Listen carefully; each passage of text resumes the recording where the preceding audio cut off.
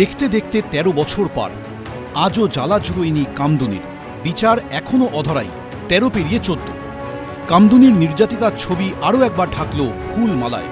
ছবির সামনে জ্বলে উঠল মন ধূপ।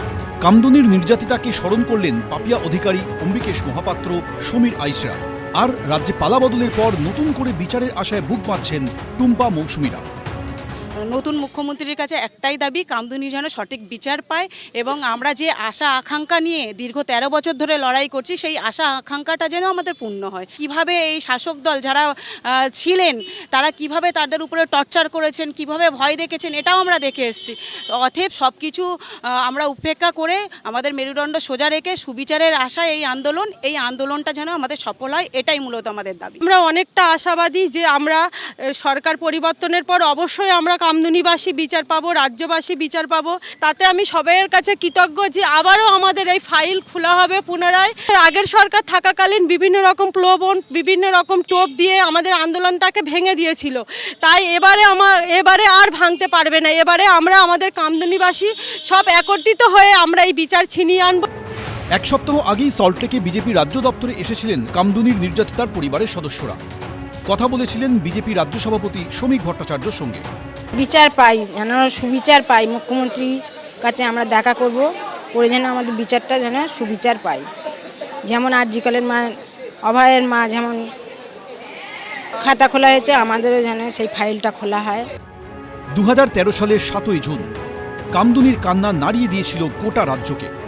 পাঁচিল ঘেরা ফাঁকা জমি থেকে উদ্ধার হয় কলেজ ছাত্রীর মৃতদেহ। গণধর্ষণের পর খুন করা হয়েছিল তরুণীকে। পরবর্তীকালে ব্যাংশাল আদালত ৩ জনকে মৃত্যুদণ্ড এবং ৩ জনকে যাবজ্জীবন কারাদণ্ডে সাজা শোনায়। ২০২৩ সালের ৬ অক্টোবর কামদুনি কাণ্ডে ৩ আসামিরই ফাঁসির সাজা রদ করে কলকাতা হাইকোর্ট। ২ দোষীর যাবজ্জীবন কারাদণ্ডের নির্দেশ দেয় এবং ৪ জনকে খালাস করে। এই রায়ে ভেঙে পড়ে গোটা কামদুনি। তবে এবার কি বিচারের পথে এক ধাপ এগোবে কামদুনি?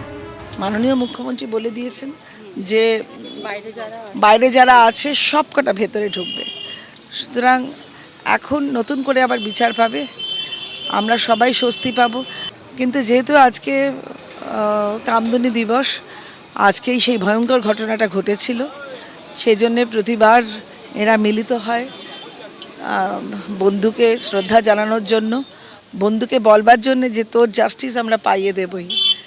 আগের সরকার দ্বিচারিতা করেনি, অসভ্যতম করেছে এবং একটা সরকারের যা যা করা উচিত ঠিক তার উল্টো কাজটা করেছে।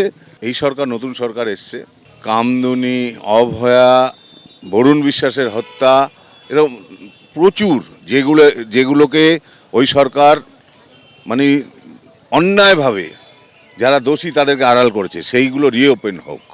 নতুন সরকারের আমলে প্রথম কামদুনি দিবস। ১৩ বছর পর এবার কি বিচার পাওয়ার পালা কামদুনির? খুলবে কামদুনি ফাইলস?